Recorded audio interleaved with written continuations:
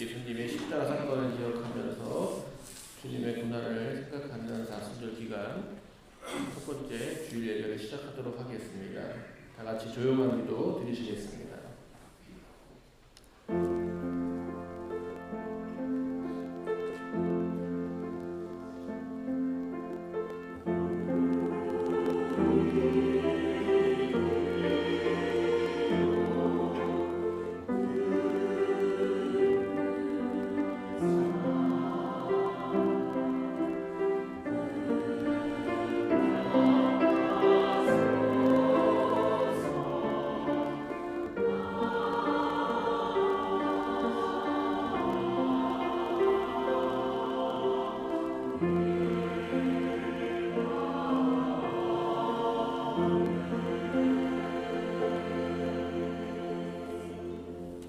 모두 자리에서 일어나셔서 예배를 위한 기원 드리시겠습니다. 세상 죄를 지고 가는 하나님의 어린 양 예수 그리스도를 묵상하는 사순절에 하나님 앞에 나아온 주의 자녀들을 기억하여 주시고 우리 가운데에 강림하여 주시옵소서. 영원한 은혜를 주셔서 우리의 죄와 허물을 사하여 주시고 정결하게 하시고 성령으로 거듭나게 하심을 감사드립니다.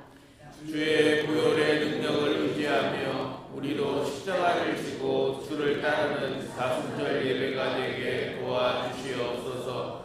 성령께서 함께하여 주시옵소서. 아멘. 찬송가 23장 찬양하시겠습니다.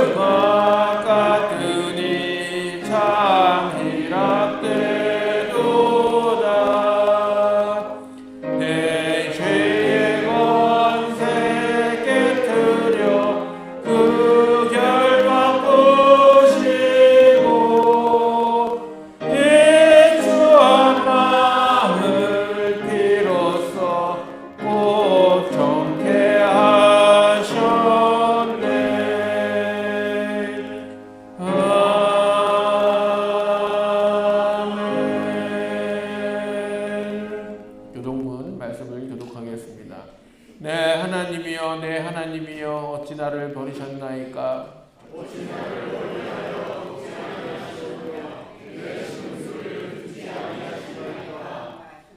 내 하나님이여 내가 낮에도 부르짖고 밤에도 잠잠하지 아니하오나 응답하지 아니하시나이다.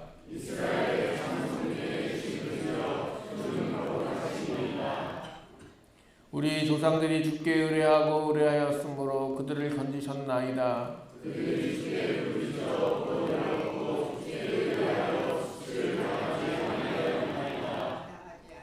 나를 멀리하지 마옵소서. 환난이 가까우나 도울 자 없나이다.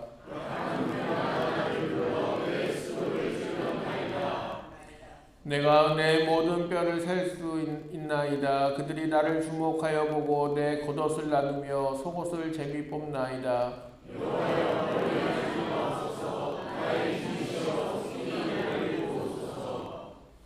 나를 사자의 입에서 구하소서. 주께서 내게 응답하시고 들소의 뿔에서 구원하셨나이다.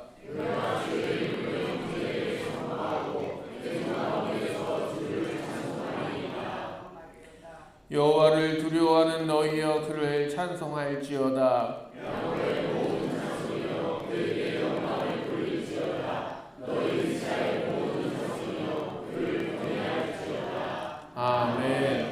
모두 자리에 앉으셔서 찬송가 380장 찬양하시겠습니다.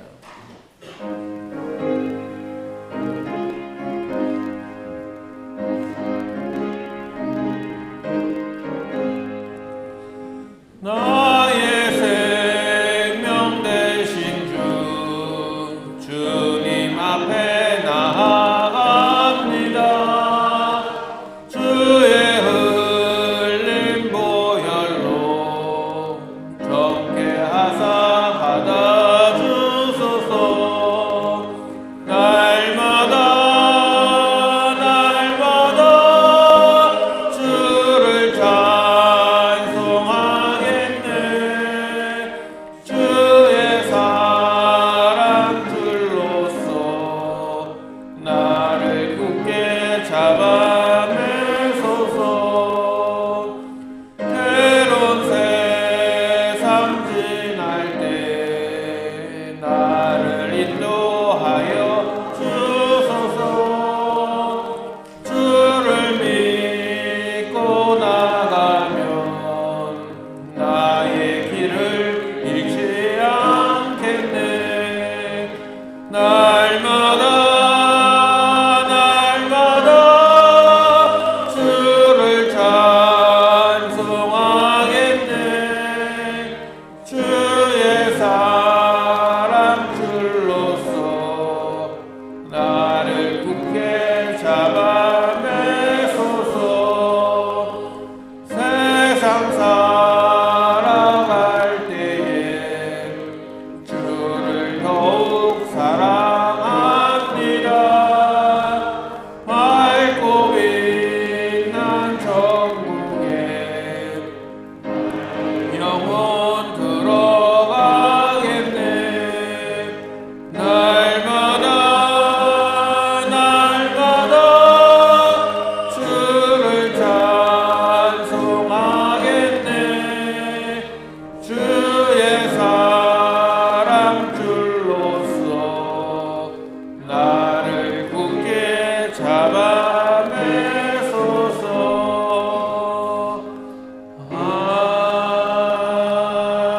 아멘.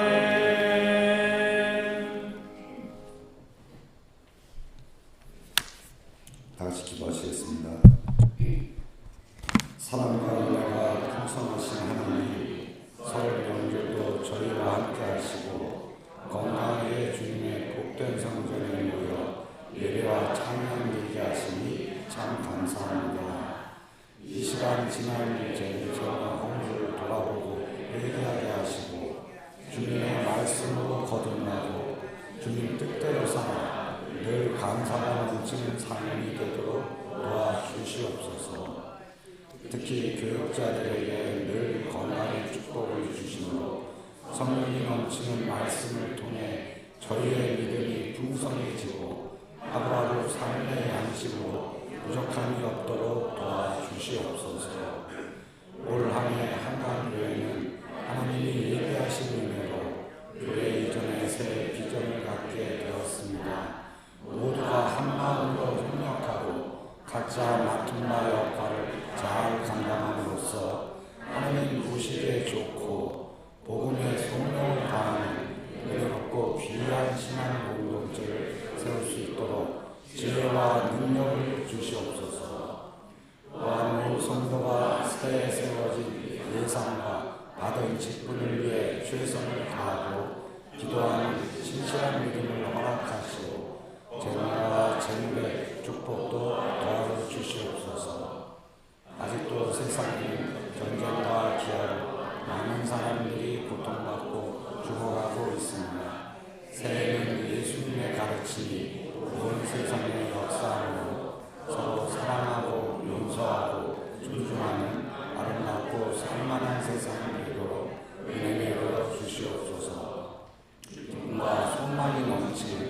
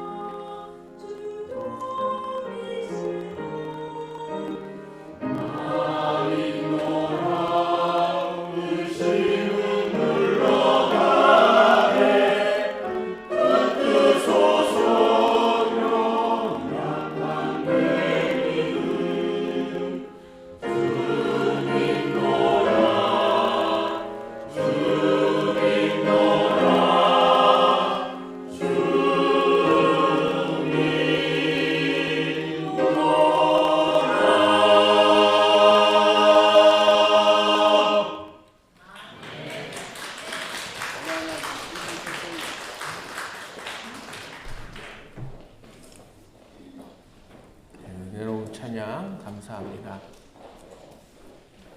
이 시간 주시는 하나님의 말씀은 요한복음 5장 1절에서 9절 말씀입니다.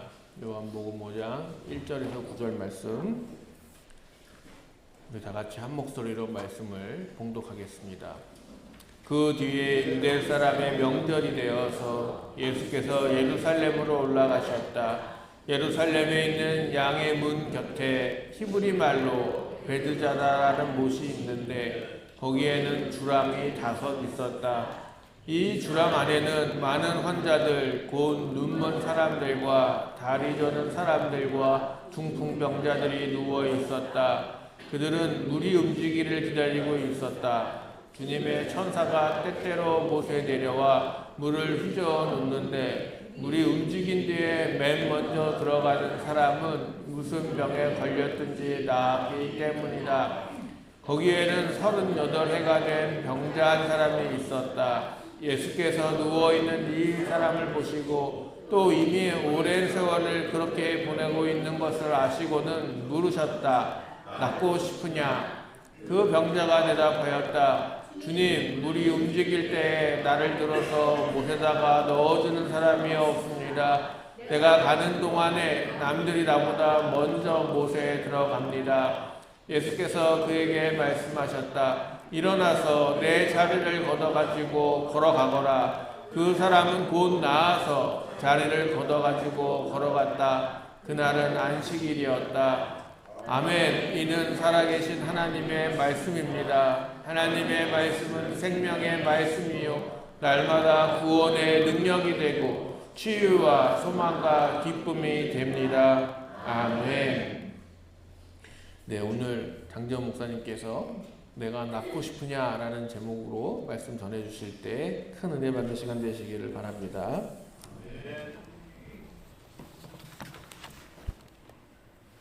할렐루야.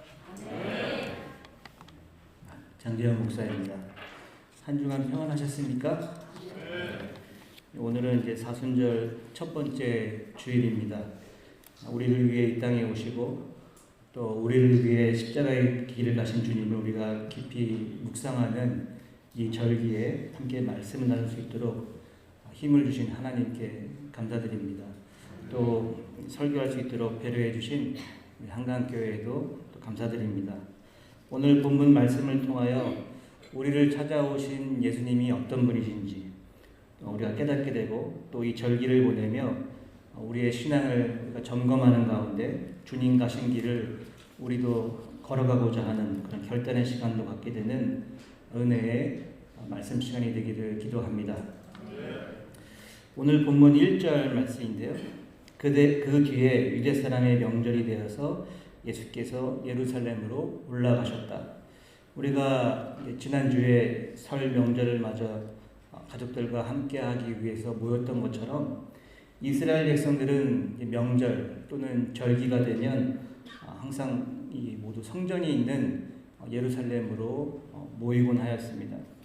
이스라엘에는 이제 7대 명절 또는 이제 7대 절기라고 하는데 우리가 잘 알다시피 유월절, 또 무교절, 초실절, 오순절, 나팔절, 속죄일 그리고 초막절이 있습니다. 초막절이 끝나면 다시 이제 유월절로 돌아오게 되죠. 오늘 본문에 정확히 어떤 절기인지 어떤 명절인지는 알 수 없지만 이 5장 뒤에 기록되고 있는 요한복음 6장 4절에 의하면 마침 유대 사람의 명절인 유월절이 가까운 때였다라고 기록하고 있는 것으로 보아서 아마도 속죄일이나 초막절이 가까운 때에 예수님께서 이 명절을 보내시기 위하여 예루살렘이 있는 성전으로 올라가신 것이 아닌가 이렇게 추측해 볼 수 있습니다. 본문 2절 말씀에 보면은 예루살렘에 있는 양의 문 곁에 히브리 말로 베드자다라는 곳이 있는데 거기에는 주랑이 5 있었다. 마치 우리나라의 남대문, 서대문, 동대문이 있듯이 예루살렘 성에도 여러 문이 있었습니다. 8개의 문이 있었다고 하는데 예루살렘의 문은 각각 그 용도에 따라서 문의 이름을 지었다고 해요. 그래서 그 느헤미야기에 따르면은 양의 문부터 물고기 문, 옛문, 골짜기 문, 거름문, 또 말문 등이 있었고 오늘날에는 우리가 잘 아는 이름으로 미문부터 세문, 시온문, 또는 황금문 등의 이름으로 불리고 있습니다. 기록에 따르면 제사장들이 드나드는 문이 있고 또 일반 사람들이 드나드는 문이 있고 또는 이제 상인들이 드나드는 문이 있고 또 오늘 본문처럼 양의 문이 있었다고 해요. 양의 문은 말 그대로 양들이 지나다니는 문입니다. 이 문을 지나는 양들은 대부분 성전에서 예배를 위한 그런 희생제사에 쓰였다고 해요. 구약성경에서 바벨론에서의 포로 생활을 마치고 이스라엘 백성들이 귀환해서 성벽을 재건했을 때 느헤미야기에 따르면은 이스라엘 백성들이 제일 먼저 복구했던 문이 바로 양의 문입니다. 느헤미야기 3장 1절의 기록인데요. 대제사장 엘리야십이 동료 제사장들과 함께 나서서 양문을 만들어 하나님께 바치고 문짝을 제자리에 달았으며 라고 기록하고 있어요. 느헤미야기 3장에서 예루살렘의 성벽 재건을 알리는 그런 기록을 세세하게 기록하고 있는데 그 1절 예루살렘의 성벽 재건의 시작이 바로 이 양문을 다는 것에서부터 시작되고 있음을 성경이 기록하고 있습니다. 그리고 느헤미야기 3장 32절인데요. 성 모퉁이 누각에서 양문까지는 세공장이와 상인들이 보수하였다라고 기록하고 있어요. 이제 3장 32절이 마지막 장인데 3장에 양의 문을 달고 쭉 성벽을 재건해서 한 바퀴를 다 돌고 나서 마지막으로 다시 양문에 와서 이 성벽 재건 공사가 끝났다는 그런 기록이죠. 또 이 대제사장과 제사장들이 발벗고 나서서 이 양문을 다름으로써 성벽 재건의 시작을 알렸던 것은 이 양문을 통하면 바로 성전이 가까웠습니다. 이 성전에서 이 하나님께 예배를 드렸기 때문에 다른 모든 문들 중에서 이 양문을 제일 먼저 복구했다는 것이죠. 그 양의 문이 성벽 재건의 아주 기준이 되었던 것처럼 성도의 삶은 예배에서부터 시작되고 하나님을 만나는 우리의 예배가 성도의 삶에 있어서 가장 중요한 어떤 기준이 되는 줄로 믿습니다. 사진을 한 장 준비했는데요. 이것이 오늘날 이제 양의 문입니다. 제가 성지순례를 갔을 때도 이 양의 문을 통과하여 예루살렘 성 안으로 들어갔던 기억이 있는데요. 들어가면은 그 길목이 뭐 그렇게 넓지는 않아요. 좁은 길목인데 예수님께서 십자가의 길을 가실 때에도 이 양의 문을 통과하여 지나가셨습니다.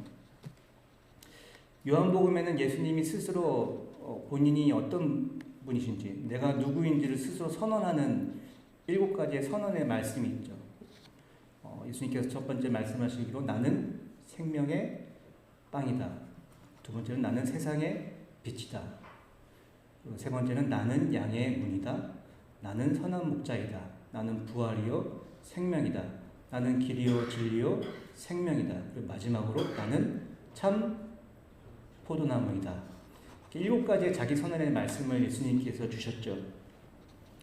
스스로 나는 양의 문이다 라고 말씀하신 예수님께서 양의 문을 통과하여 38년 된 병자를 만나주시는 오늘의 본문에서 저는 양의 문 되시는 예수님과 또 선한 목자 되시는 예수님을 먼저 조금 나누고 오늘 본문의 말씀을 이야기하려고 합니다. 눈치가 빠르신 분은 제가 이렇게 얘기하면 오늘도 정재 목사님의 설교가 상당히 길겠구나라고 아마 눈치를 채시는 분들도 있으실 것 같아요. 나는 양의 문이다 라는 예수님의 이 자기 선언의 말씀을 우리가 이제 잘 좀 이해하기 위해서는 먼저 고대 중동 팔레스타인 지역에서의 그 양우리에 대한 개념을 좀 먼저 우리가 알 필요가 있어요. 예수님 시대에는 양을 기르는 집집마다 양우리를 따로 보관하는 것이 아니라 마을이나 도성에서 양을 기르는 모든 사람들이 함께 사용하는 그런 공동우리가 있었습니다. 집집마다 어떤 집은 양이 3마리가 있을 수 있고 어떤 집은 4마리, 조금 부유한 집은 10마리, 20마리 이렇게 있는데 그 집집마다 자기네 집 앞에 양우리를 이렇게 만드는 것이 아니라 그 모든 양들을 그 마을에서 공동으로 울타리를 만들어서 그 모든 양들 거기에 두고 그 양들을 지키는 문지기를 또 마을이나 이 도성에서 고용해서 그 양들을 지키겠다는 것이에요. 요한복음 10장 1절에서부터 5절까지의 말씀을 보면 예수님께서 말씀하시는 양우리는 바로 이런 공동우리를 의미하고 있습니다. 사진을 또 한 장 준비했는데요. 이것은 저희 이제 큰애, 저희 하람이가 이제 그림을 그려줬어요. 지금 이제 요즘 시험 기간인데 제가 설명을 좀 해줬거든요. 이 공동우리가 있고 문지기가 있다 했더니 문지기를 꼭 무슨 어디 클럽 문지기처럼 그려줬어요. 그래서 문지기가 딱 지키고 있고 이제 목자가 이제 가면은 이 문지기가 이 목자를 알아보고 들어가게 해주죠. 그럼 목자가 자기 양을 불러서 그 양들을 데리고 나간다라는 그와 같은 이제 그림입니다. 그 마을 안에 있는 공동 울타리를 이제 그려준 그림이에요. 매일 아침이 되면 이 공동우리를 지키고 있는 문지기로 가면 이 문지기가 양을 맡겨둔 목자들을 알아보고 한 명씩 이제 목자들을 안으로 들여보내주죠. 그럼 목자들이 자기 양떼를 부리면 양우리에 섞여있던 수백 또는 수천 마리의 양들 중에서 이 자기를 부르는 그 목자의 음성을 알아듣고 양들이 그 목자 앞으로 나온다는 것이에요. 그럼 목자도 그 양들을 알아보고 데리고 나간다는 것이죠. 이러한 이해를 가지고 요한복음 10장 1절부터 5절까지의 말씀을 함께 보시겠습니다. 내가 진정으로 너희에게 말한다. 양우리에 들어갈 때에 문으로 들어가지 아니하고 다른 데로 넘어 들어가는 사람은 도둑이요 강도이다. 그러나 문으로 들어가는 사람은 양들의 목자이다. 문지기는 목자에게 문을 열어주고 양들은 그의 목소리를 알아듣는다. 그리고 목자는 자기 양들의 이름을 하나하나 불러서 이끌고 나간다. 자기 양들을 다 불러낸 다음에 그는 앞서서 가고 양들은 그를 따라간다. 양들이 목자의 목소리를 알고 있기 때문이다. 양들은 결코 낯선 사람을 따라가지 않을 것이고 그에게서 달아날 것이다. 그것은 양들이 낯선 사람의 목소리를 알지 못하기 때문이다. 예전에 교회에 있던 그 강아지 우유를 여러분 기억하시죠? 하얀색 진돗개 우유. 이 우유가 나름 그 탈출의 명수였습니다. 그 앞발로 흙을 파가지고 그 철망 밑에 틈을 만들어가지고 몇 번이나 탈출을 했는지 몰라요. 한 번은 탄현에 있는 파출소 앞에 봄을 맞아서 꽃 화단을 이쁘게 만들어놨는데 우유가 가서 앞발로 그 화단을 다 망가뜨려놨어요. 그래가지고 현행범으로 체포돼가지고 거기에 이렇게 묶여있던 거를 제가 가서 데려온 적도 있고, 두 번은 탈출해가지고 길거리를 배회하다가 누군가의 신고에 의해서 저기 원당에 있는 동물보호센터에 2번이나 끌려간 적이 있습니다. 이 동물보호센터에 가면은 그 비슷한 종의 비슷한 색깔의 강아지들 따로 이렇게 모아두고 있어요. 그래서 백구는 백구끼리, 또 황구는 황구끼리 있는데 처음에 제가 딱 가니까 우유를 못 찾겠더라고요. 뭐 강아지 한두 마리가 아니라 몇십 마리가 있으니까. 근데 우유야 하고 부르니까 저 뒤에서 한 마리가 막 꼬리를 치면서 달려오는 게 보여요. 제 목소리를 알아듣고 왔는데 백구인데 얼굴이 까매요. 보니까 누군가 길거리에 내놓은 그 짜장면 그릇을 막 먹었나 봐요. 얼굴이 새까만 우유를 이제 데리고 왔던 기억이 있습니다.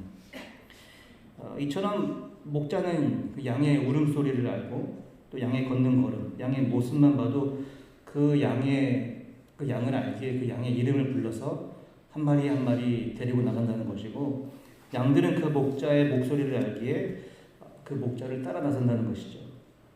이처럼 예수님이 우리의 목자가 되십니다. 예수님이 나를 아십니다. 나를 아시는 예수님께서 나를 부르십니다. 양들을 아는 목자를 아는 양들이 그래서 매일 아침마다 함께 푸른 초장으로 걸어가는 것은 지극히 정상적인 일이라는 것이죠. 마찬가지로 우리의 창조주가 되시는 하나님께서 나를 부르실 때 내가 주님의 그 음성을 듣고 또 주님의 말씀을 따라 매일매일 살아가는 것이 지극히 정상적인 삶이고 또 푸른 초장으로 나아가는 복된 삶인 줄로 믿습니다. 바라기는 주님의 음성에 우리가 늘 민감하게 반응하며 또 우리 목자 되시는 주님만 따라가는 저와 여러분들 되시기를 기도합니다. 요한복음 10장 7절 이하의 기록은 앞서 이야기한 마을이나 도성에서 이렇게 함께 사용하는 그런 공동 울타리의 개념이 아니에요. 요한복음 10장 7절과 9절의 기록인데요. 예수께서 다시 말씀하셨다. 내가 진정으로 너희에게 말한다. 나는 양이 드나드는 문이다. 나보다 먼저 온 사람은 다 도둑이고 강도이다. 그래서 양들이 그들의 말을 듣지 않았다. 나는 그 문이다. 누구든지 나를 통하여 들어오면 구원을 얻고 드나들면서 꼴을 얻을 것이다. 항상 마을이나 도성 주변에 있는 푸른 초장에서 풀을 먹으며 집으로 복귀하면 참 좋겠지만 때로는 그 푸른 초장에 이미 다른 양들이 있어서 자리가 없거나 또는 계절에 따라서 마을이나 도성에서 아주 멀리 떨어진 곳에 가서 양들이 풀을 뜯어야 할 때도 있었습니다. 창세기 37장 12절과 13절의 기록인데요. 야곱과 요셉의 대화입니다. 그의 형들은 아버지의 양떼를 치려고 세겜 근처로 갔다. 이스라엘이 요셉에게 말하였다. 내가 알고 있듯이 너의 형들이 세겜 근처에서 양을 치지 않느냐? 내가 너를 너의 형들에게 좀 보내야겠다. 요셉이 대답하였다. 다녀오겠습니다. 이 기록을 보면 이제 야곱의 아들들이 세겜 근처에까지 가서 양을 치게 되는데 이때에 그 야곱의 집은 헤브론이었습니다. 헤브론 골짜기에 머물고 있었는데 헤브론에서 세겜까지는 약 4일에서 5일 정도의 어떤 거리가 있는 그 거리였죠. 그래서 꽤 먼 곳까지 양들을 이제 치러 나가는 그런 모습을 성경에서 기록하고 있는 것을 보게 됩니다. 다음 사진 한 장 볼게요. 이건 이제 저희 둘째 하나가 그린 그림이에요. 컴퓨터로 그림을 그려가지고 좀 다르죠. 이처럼 마을이나 이제 도성을 떠나 멀리 야외에서 잠을 자게 될 경우에는 양들을 위해서 임시로 들판에다가 울타리를 만들어야 했어요. 급하게 돌로 또는 나무를 엮어가지고 이제 울타리를 만들게 되죠. 주로 돌을 쌓아서 울타리를 만들곤 했는데 이때 문은 따로 만들지 않았다고 해요. 바로 목자가 그 문이 된다는 것입니다. 양들이 안전하게 울타리 안으로 들어오고 나면 목자가 이제 그 자리에 서 있거나 앉아서 이제 양들을 사나운 짐승들로부터 밤새 지킨다는 것입니다. 저기 왜 끝에 보면은 검은색 짐승들 보이죠? 저게 이제 늑대라고 표현한 것 같아요. 늑대나 이리가 양들을 노리는데 목자가 못 들어오게 문이 되어서 지킨다는 것이죠. 예수님께서 자기 선언의 말씀으로 주신 나는 양의 문이다 는 바로 이것을 이야기하는 것입니다. 주님께서 목자로서 이처럼 양이 드나드는 양의 문이 되신다는 것이에요. 사무엘기상 17장 33절과 35절의 기록이에요. 그러나 사울은 다윗을 말렸다. 그만두어라. 내가 어떻게 저자와 싸운다 말이냐. 저자는 평생 군대에서 뼈가 굵은 자이지만 너는 아직 어린 소년이 아니냐. 그러나 다윗은 굽히지 않고 사울에게 말하였다. 임금님의 종인 저는 아버지의 양떼를 지켜왔습니다. 사자나 곰이 양떼에 달려들어 한 마리라도 물어가면 저는 곧바로 뒤쫓아가서 그놈을 쳐 죽이고 그 입에서 양을 꺼내어 살려내곤 하였습니다. 그 짐승이 저에게 덤벼들면 그 턱수염을 붙잡고 때려 죽였습니다. 다윗이 골리앗과 싸우러 나가기 전에 사울과 대화하는 장면이에요. 그 양의 문이 되는 목자는 이처럼 목숨을 걸고 자기의 양을 지킵니다. 양의 문이 되는 목자는 밤새 졸지도 아니하고 잠을 자지도 아니하고 뜬 눈으로 그 양들을 지킨다는 것이에요. 시편 121편 4절과 8절의 기록입니다. 이스라엘을 지키시는 분은 졸지도 않으시고 주무시지도 않으신다. 주님은 너를 지키시는 분, 주님은 내 오른쪽에 서서 너를 보호하는 그늘이 되어주시니 낮의 햇빛도 너를 해치지 못하며 밤의 달빛도 너를 해치지 못할 것이다. 주님께서 너를 모든 재난에서 지켜주시며 내 생명을 지켜주실 것이다. 주님께서는 내가 나갈 때나 들어올 때나 이제부터 영원까지 지켜주실 것이다.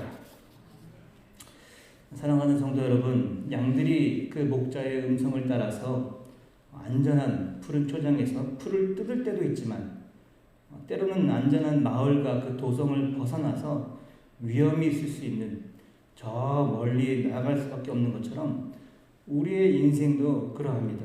우리의 인생도 언제나 안전한 울타리가 아니라 때로는 내가 알지 못하는 곳으로, 때로는 사자나 곰처럼 사망의 위협이 있는 죽음의 그늘 골짜기로 두려운 상황 가운데로 우리가 걸어갈 때도 있다라는 것이죠. 마치 시편 23편의 기록과 같지요. 양들이 이러한 상황에서 살아남을 수 있는 길은 그 양의 문이 되시는 그 목자의 음성을 듣고 목자를 향해 달려오는 것입니다. 그리고 양의 문이 되는 나의 목자를 믿고 그 안으로, 그 문 안으로 들어가는 것이에요. 이 울타리 안으로 들어갈 때 그 양은 목자를 통해 꼴을 얻으며 살 수 있는 것입니다. 그래서 하나님의 자녀는 세상 안에서 살아가는 것이 아니라 예수 안에서만 살아갈 수 있는 것입니다. 우리를 위해 기꺼이 양의 문이 되시는 주님을 여러분 믿으십시오.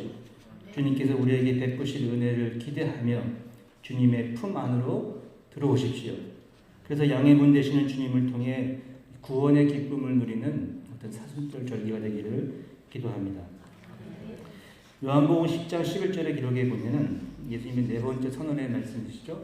나는 선한 목자이다. 선한 목자는 양들을 위하여 자기 목숨을 버린다. 예수님께서 선한 목자이신 이유는 주님께서 양들을 위해 스스로 목숨까지 버리시기 때문이라고 성경은 기록하고 있습니다. 예수님께서 걸어가신 길, 그 십자가의 길은 예수님께서 스스로 원해서 가신 자발적으로 온몸을 내어주신 십자가의 기름을 요한복음 10장은 기록하고 있습니다. 11절, 15절, 17절 그리고 18절에서 예수님은 4번에 걸쳐서 주님께서 우리를 위해 기꺼이 목숨을 버리신다고 기록하고 있어요. 그 가운데 이제 18절 기록입니다. 아무도 내게서 내 목숨을 빼앗아가지 못한다. 나는 스스로 원해서 내 목숨을 버린다. 나는 목숨을 버릴 권세도 있고 다시 얻을 권세도 있다. 이것은 내가 아버지께로부터 받은 명령이다. 예수님께서 스스로 원해서 가신 이 길에는 굉장한 고통과 고난이 있었습니다. 예수님은 당신의 제자로부터 배반당하셨죠. 로마의 군대 병정들과 성전의 경비병들에게 묶인 몸이 되셨습니다. 예수님은 밤새도록 죄인 취급을 받으시며 신문을 당하시고 온갖 조롱을 다 당하셨습니다. 대제사장 가야바에게 끌려가셔서 그 앞에서 신문을 당하셨어요. 마태복음 26장 67절과 68절의 기록인데요. 그때 그들은 예수의 얼굴에 침을 뱉고 그를 주먹으로 치고 또 더러는 손바닥으로 때리기도 하며 말하였다. 그리스도야, 너를 때린 사람이 누구인지 알아맞혀 보아라. 빌라도 앞에서 예수님께서 들으신 군중의 소리는 그를 십자가에 못 박으시오, 그를 십자가에 못 박으시오라는 외침이었습니다.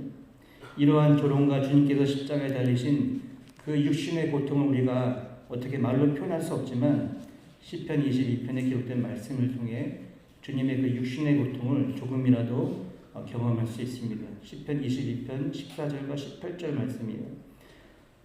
나는 쏟아진 물처럼 기운이 빠져버렸고 뼈마디가 모두 어그러졌습니다.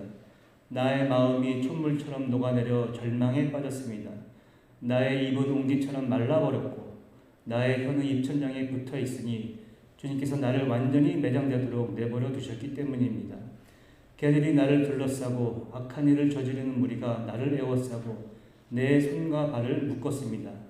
뼈마디 하나하나가 다 셀 수 있을 만큼 앙상하게 드러났으며 원수들도 나를 보고 즐거워합니다.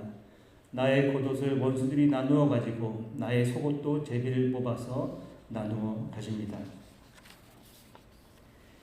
만왕의 왕이 되시는 예수님께서, 만물의 상속자가 되시는 예수님께서 이와 같은 모습으로 십자가의 길을 가심은, 또 십자가에 달리심은 바로 양떼가 되는 우리들, 사람들 때문이라고 성경은 기록하고 있어요. 베드로전서 3장 18절 기록입니다. 그리스도께서도 죄를 사하시려고 단 한 번 죽으셨습니다. 곧 의인이 불의한 사람을 위하여 죽으신 것입니다. 그것은 그가 육으로는 죽임을 당하시고 영으로는 살리심을 받으셔서 여러분을 하나님 앞으로 인도하시려는 것입니다. 그런데 그때 사람들은 어떤 존재였습니까? 성경은 불의한 사람들이었다고 기록하고 있죠.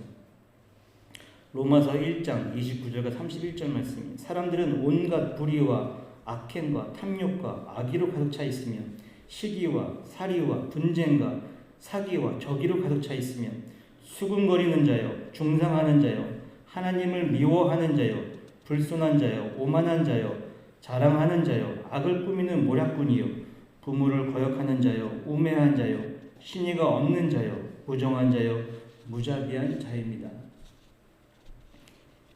이러한 사람들은 하나님의 심판의 때에 받을 진노를 스스로 또 쌓아 올리고 있다고 성경은 기록하고 있어요. 로마서 2장 5절 말씀에 그들은 완고하여 회개할 마음이 없으니 하나님의 공정한 심판이 나타날 진노의 날에 자기가 받을 진노를 스스로 쌓아 올리고 있는 것입니다. 그래서 각 사람은 하나님의 심판으로부터 자유로울 수가 없는 것이죠.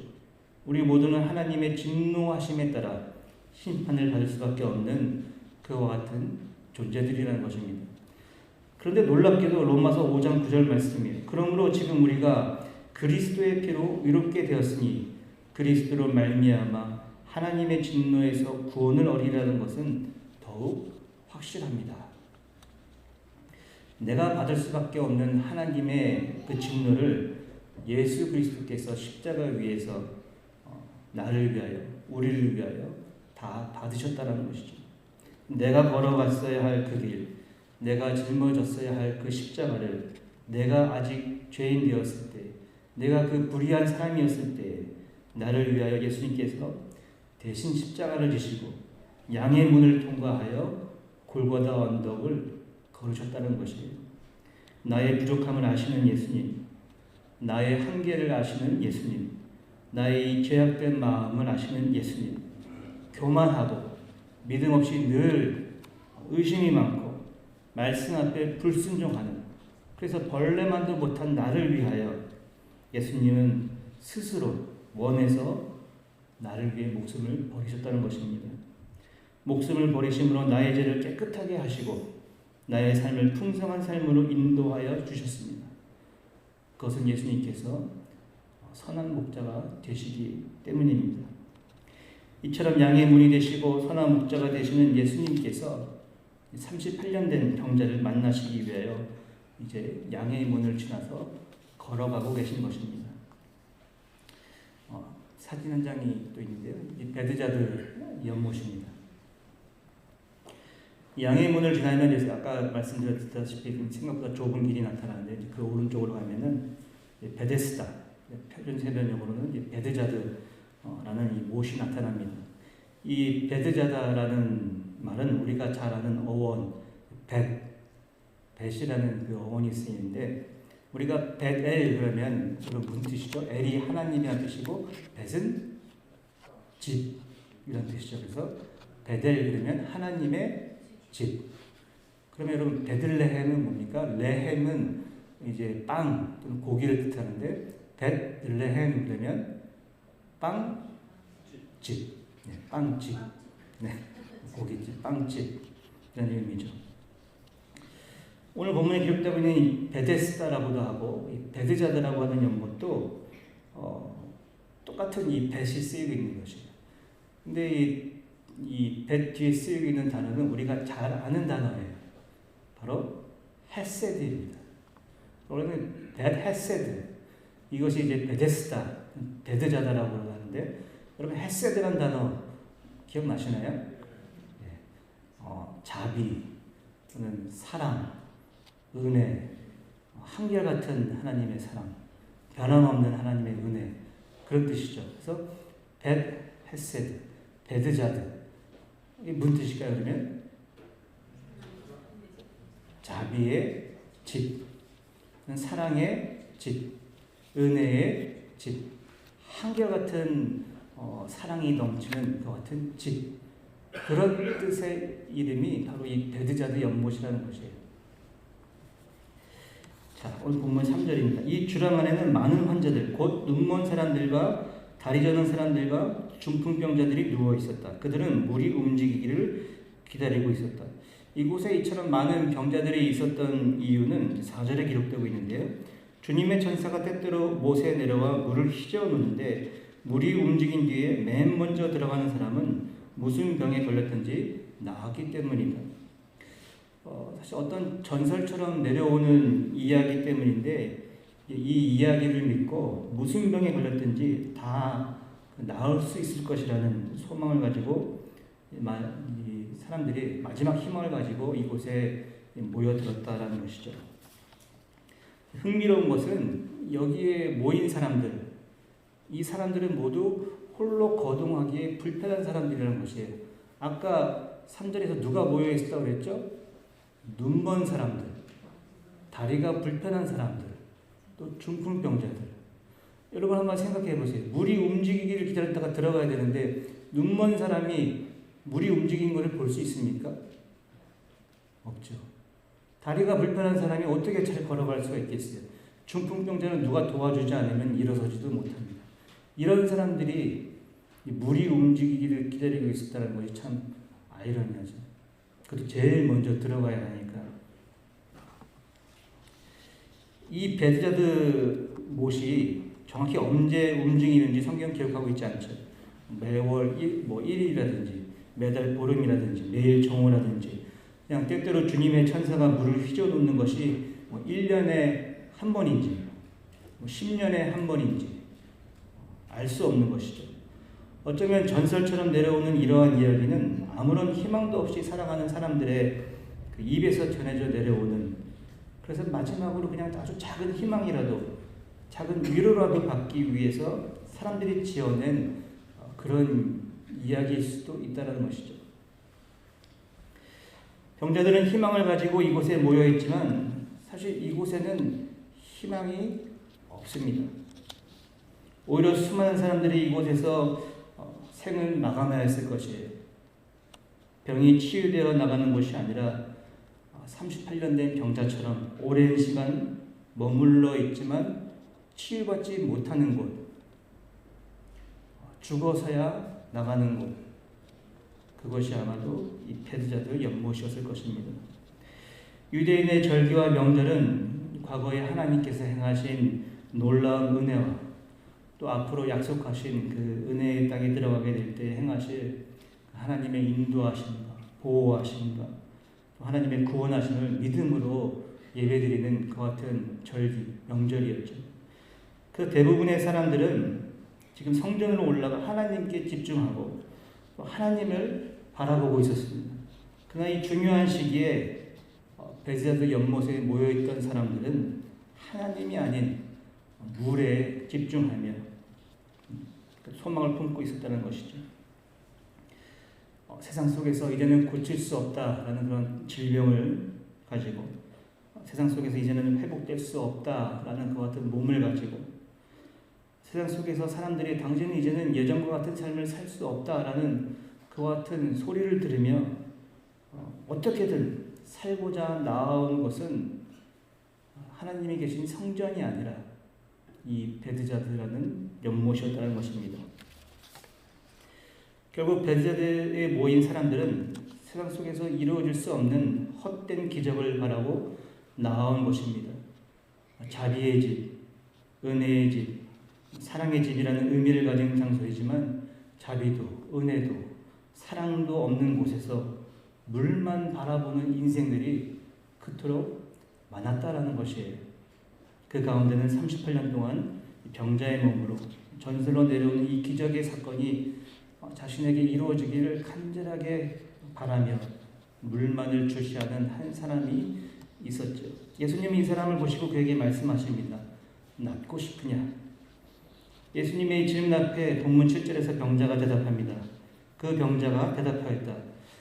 주님, 물이 움직일 때 나를 들어서 못에다가 넣어주는 사람이 없습니다. 내가 가는 동안에 남들이 나보다 먼저 못에 들어갑니다. 낫고 싶으냐라는 예수님의 질문 앞에 그냥 예 주님 낫고 싶습니다 라고 대답하면 되는데 이 병자는 좀 원망 섞인 대답만을 하고 있는 것을 보게 되죠. 그 누구도 도와주지 않고 서로 경쟁하며 물만 쳐다보는 이 장소에서 이 사람은 절대로 치유될 수 없고 절대로 회복될 수 없고 절대로 기적이 일어날 수 없는 그 같은 인생을 살아가고 있었습니다. 진정한 기적은 내 옆에서 낫고 싶으냐라고 물으시는 그 주님을 바라보는 것인데 주님을 바라보기보다는 남들을 원망하며 여전히 물이 언제 움직일지 연못만을 주시하고 있는 이 사람을 예수님께서 찾아오셨고 예수님께서 이 사람을 보셨을 때 이미 이 사람을 알고 있었다고 성경은 기록하고 있습니다. 예수님은 우리가 이 땅에서 육적으로만 풍성한 어떤 삶을 사는 것이 아니라 우리가 영적으로 풍성한 삶을 살게 되기를 바라시는 줄로 믿습니다. 본문에서 38년 된 이 병자를 찾아오셔서 이 병자를 고쳐주신 것은 그의 육체의 질병도 질병이지만 그의 영적인 질병을 먼저 바라보셨음을 후에 기록되고 있는 요한복음의 말씀을 통해 보게 됩니다.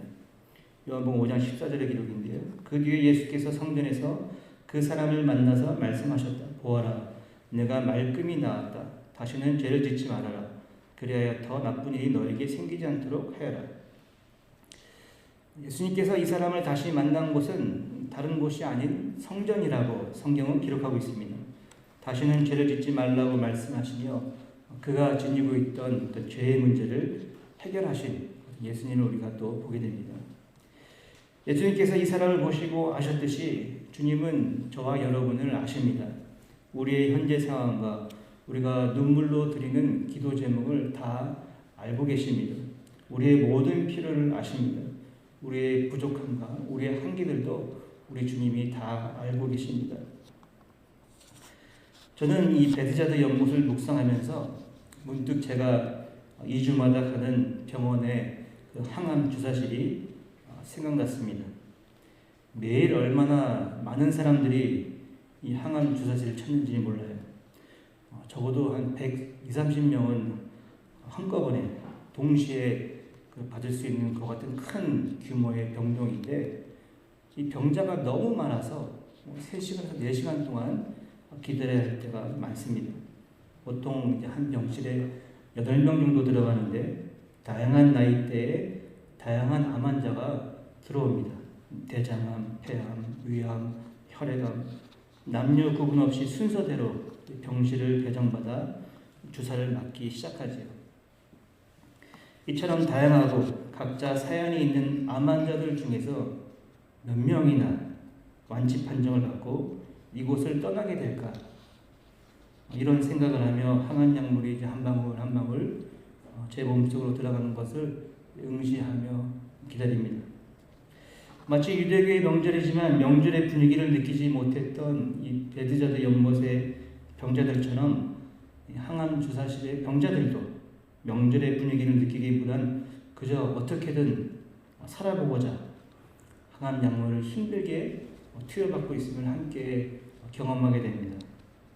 죽음, 고통, 눈물, 좌절, 아픔과 후회, 또 상처와 원망이 있는 이 항암 주사실로 우리 예수님께서 찾아와 주실까요? 찾아오셔서 저에게도 내가 낫고 싶으냐라고 우리 주님께서 물어봐 주실까요? 저에게는 이 항암 주사실이 베드자드 연못입니다. 여러분에게는 현재 베드자드 연못과 같은 그런 장소가 여러분에게 있습니까? 그 장소가 여러분의 마음속에 있든 직장에 있든 가정에 있든 그곳이 어디든 그곳에 우리 주님께서 찾아가 주셔서 여러분을 만나 주시고 반쪽짜리 치유가 아닌 영과 육의 완전한 치유를 우리 주님께서 해주실 줄을 믿습니다. 예수님은 축제의 장, 모든 사람들이 즐거워하며 올라가던 성전이 아니라 베드자드로 가셨습니다. 우리 주님이 그런 분이십니다. 남들은 외면해도 주님은 우리를 외면하지 않으십니다. 끝까지 우리를 찾으시고 책임져 주시는 분이 우리 주님이십니다. 나의 그 베드자드에서 함께 손잡아 주시며 격려하시고 힘 주시는 분이 우리 주님이십니다. 우리를 아시는 예수님, 우리를 위하여 십자가의 길을 가셨습니다. 십자가에서 보혈의 피로 우리의 죄를 깨끗게 하시고 우리를 구원하셨습니다. 십자가에서 주님은 사망 권세 이기시고 부활하셨습니다. 그래서 은혜의 십자가가 또 승리의 십자가가 구원의 십자가가 사랑의 십자가가 바로 내 앞에 있는데 우리는 지금 어디를 바라보고 있습니까? 예수님의 십자가가 진정한 은혜인데 예수님의 십자가가 진정한 구원인데 예수님의 십자가가 진정한 기적인데 우리도 이 38년 된 병자처럼 예수님이 아닌 다른 곳을 바라보고 다른 곳에 집중하며 그렇게 살아가고 있지는 않나 우리 자신을 되돌아보게 됩니다. 예수님은 계속해서 말씀하십니다. 본문 8절입니다. 예수께서 그에게 말씀하셨다. 일어나서 내 자리를 걷어가지고 걸어가거라. 나를 오랜 시간 억압했던 자리, 남을 미워하고 원망하게 만들었던 자리, 나에게 상처가 되었던 자리, 나에게 한숨과 눈물이 되었던 자리, 희망의 자리가 아니라 나에게 절망의 자리가 되었던 그 자리에서 더 이상 고통받지 말고 그 자리를 박차고 일어나서 걸어가라고 말씀하시는 주님의 음성을 들을 수 있게 되기를 또한 기도합니다. 마지막으로 이 사순절을 보내며 우리는 누군가의 아픔, 고통, 고난을 외면한 채 우리만 성전에서 예배하며 축제의 장소에 머물러 있는 것은 아닌지 생각하게 됩니다. 예수님은 성전이 아닌 남들이 외면하던 베드자드에서 하나님의 일을 하셨습니다. 바라기는 우리도 어려운 일 당한 이웃을 살펴보고 주님처럼 하나님의 일하심을 드러내는 그런 귀한 사순절 절기가 되기를 기도합니다. 감사합니다.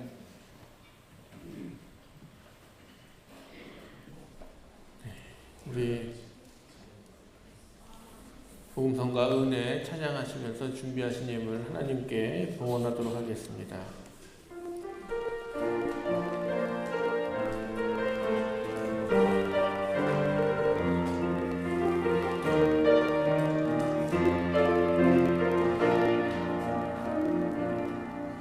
내가 누려왔던 모든 것들이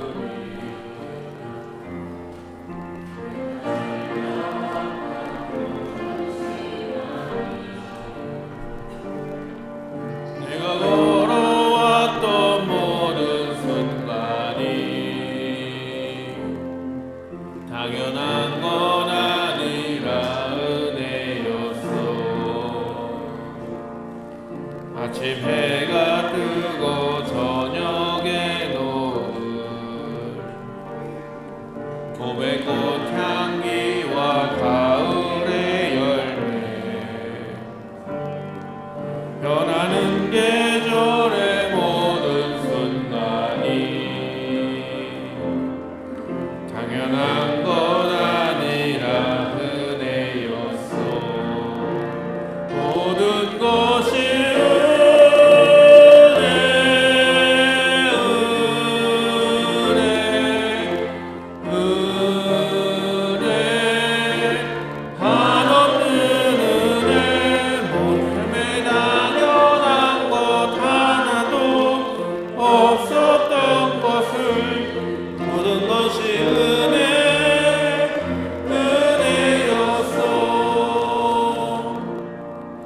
내가 이 땅에 태어나 사는 것 어린아이 시절과 지금까지 숲을 쉬며 살며 꿈을 꾸는 삶 당연한 건 아니라 은혜였어. 내가 하나님의 자녀로 살며 오늘 찬양하고 예배하는 삶 복음을 전할 수 있는 축복이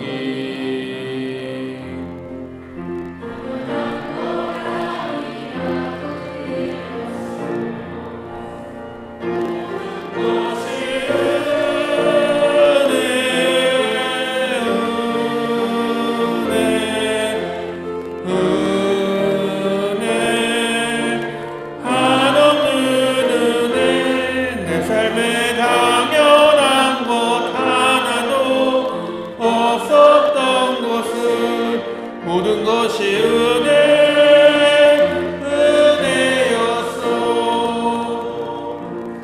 모든 것이 은혜였어. 감사의 제목들 나누겠습니다. 손창복 장로님, 김수성 장로님, 사랑의 하나님, 우리의 삶의 하루하루를 함께 하시고 지켜주시는 사랑에 감사와 찬양 드립니다. 장전 목사님, 장하나 사모님, 범사에 감사합니다.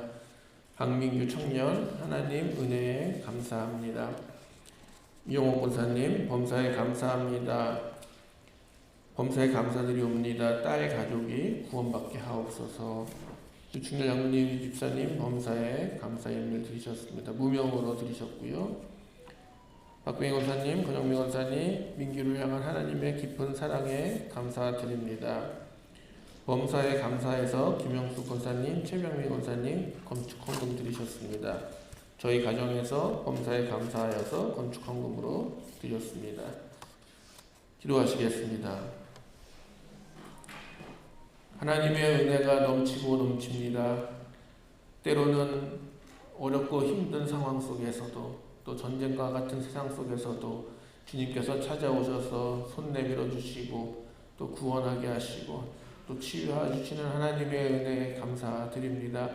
우리는 문제 속에 살고 문제에 집중하다 보니 고통스럽고 괴롭고 힘들게 이 땅을 살아가지만 그럴 때마다 주님 찾아오셔서 하늘의 것을 보게 하시고 주님이 우리와 동행하고 있다는 사실을 깨닫게 하여 주셔서 또 우리의 필요한 것들을 채워주시는 것을 경험하는 우리 한강교회 모든 성도님 되게 하여 주시옵소서. 여러 가지 감사의 제목들이 있어서 감사의 예물을 드립니다. 지켜주심에 감사하고 함께 하심에 감사하고 또 하나님께서 우리 자녀들의 앞날과 진로를 위해 함께 하실 것을 믿고 감사하여 드립니다. 자녀들의 구원을 위하여서도 하나님께 드리오니 주님 이 예물들을 귀하게 받아 주시옵소서.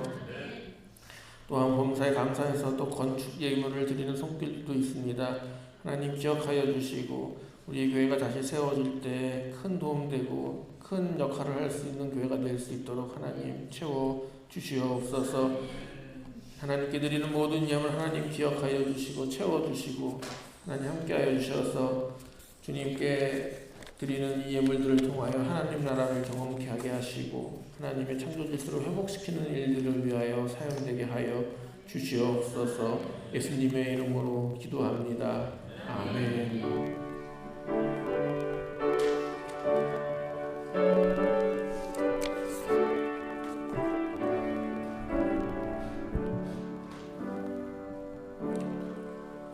네, 성도의 교제 시간입니다. 우리 앞뒤 좌우분들과 인사 나눠주시면 감사하겠습니다.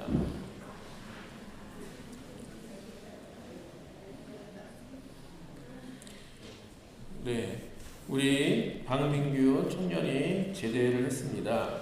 그래서 잠깐 일어나서 인사 한번 해주시면 감사하겠습니다.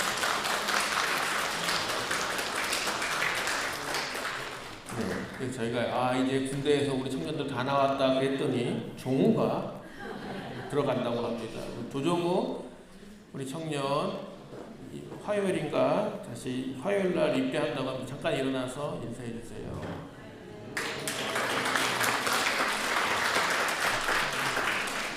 한 명이 제대하니 한 명이 들어갑니다. 여러분들 계속해서 저도 항상 늘 청년들 위해 기도할 때 제일 먼저 기도하는 게 군대에 있는 청년들인데 잘 갔다 올 수 있도록 기도해 주시기 바라고 또 우리 제대한 이 민규 청년의 앞길을 하나님께서 인도해 주시기 위해서도 같이 계속 기도해 주시면 감사하겠습니다. 오늘 식사는 김영숙 권사님, 이혁 장로님께서 준비해 주셨고 최병민 권사님, 조창준 권사님께서 이제 설거지 봉사해 주시겠습니다. 조창준 권사님이 이제 이따 보시면 놀라시겠지만은 발에 기부스 하셨어요. 근데 발가락 조금 다치신 건데 이게 안전하기 위해서 저거 했다고 하십니다. 자꾸 물어보지 말라고 제가 이렇게 말씀드립니다. 자꾸 물어보면 스트레스 받으시니까 설거지 할 때도 잘 도와주시면 감사하겠습니다. 올 한 해 동안 성경은 구약 출애굽기, 신약, 사도행전입니다. 말씀 쓰는 걸 기억해 주시면 감사하겠고 말씀 일독도 지금 계속해서 유튜브를 통해서 하고 있습니다. 저도 가끔 잊어먹을 때가 있는데 이 띵띵 올라오니까 계속해서 올해는 진짜 잘 들을 수 있겠다 그런 생각이 듭니다.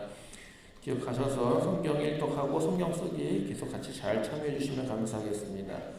우리 LH 직원들이 바뀌었어요. 그래서 제가 또 속은 거 아닌가 싶은 마음에 제가 지난 한 주간 계속 또 LH 방문했습니다. 다행히 그 부장님이 그대로 계셨어요. 그래서 부장님이 저한테 걱정하지 마세요, 목사님. 자기가 다 기억하고 있고 지금 90% 정도 진행되고 있으니까 절대 걱정하지 마시고 자기가 약속한 대로 잘 지키겠습니다. 그렇게 해주셨습니다. 그래서 제가 들은 얘기들이 너무 많다 보니까 부정적인 얘기들만 막 듣다가 걱정을 철렁철렁 할 때가 몇 번 있었는데 그래도 다행히 그런 일은 일어나지 않고 잘 진행되고 있다 이렇게 얘기를 들었고요. 또 한 가지 좋은 소식은 보상은 지금 빠르게 진행되고 있습니다. 그래서 제가 3월, 4월이 되게 바쁠 것 같아요.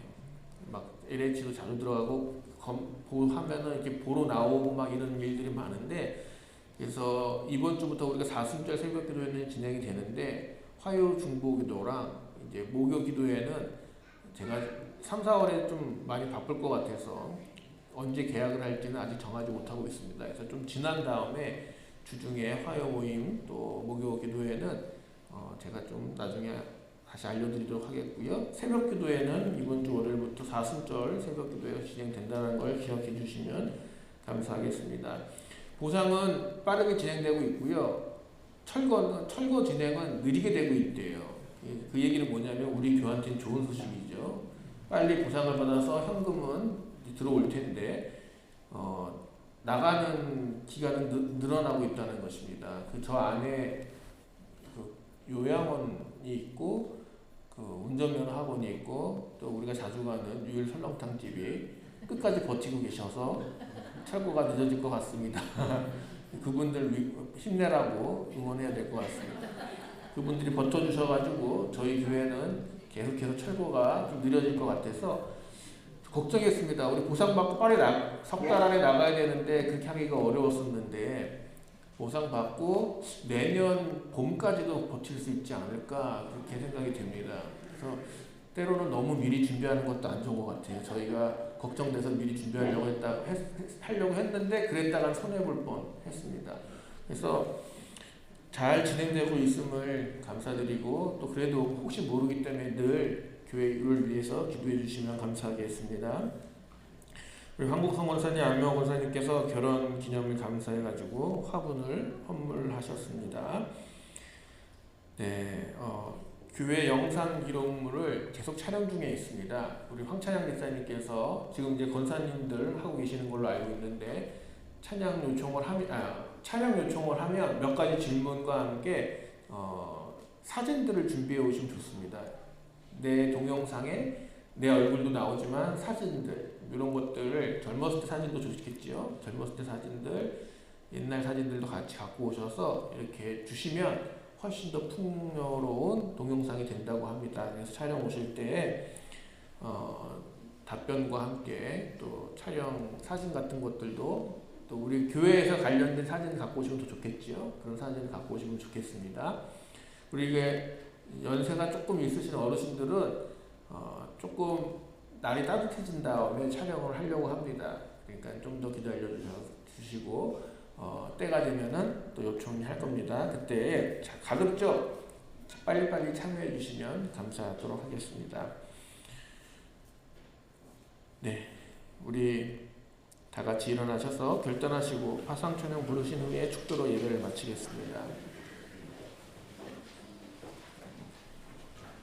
우리에게 하늘의 꿈을 꾸게 하시는 하나님, 믿음이 부족하여 하나님께서 일하시는 모습을 보지 못하고 걱정하며 근심하고 때로는 불평하는 우리들에게 하늘의 별을 보게 하시며 하나님께서 이루실 세상을 바라보게 하시옵소서.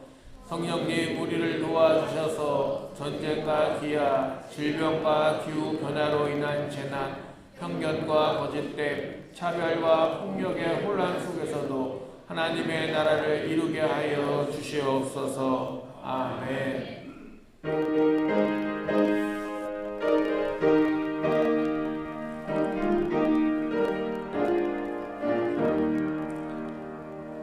선한 목자 되신 우리 주 항상 인도하시고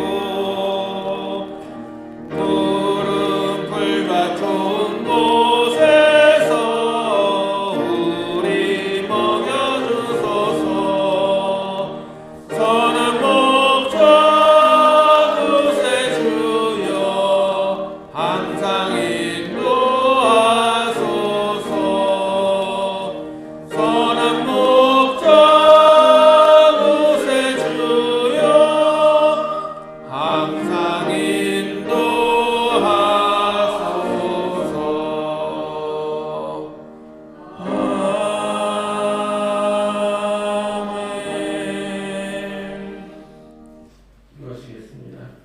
이제는 우리 구주 예수 그리스도의 은혜와 하나님 아버지의 극진하신 사랑과 성령님의 감화 감동 역사 인도하심이 양의 문이 되시는 주님을 맞이하고자 하는 우리 한강교회 모든 성도님 머리 위에 또 군대에 있는 청년들 또 해외에 있는 청년들 또 해외에 일하고 있는 우리 모든 한강교회 가족들과 식구들 또 기업체와 사업체 위에 이제로부터 영원토록 함께 하시기를 간절히 축원하옵나이다.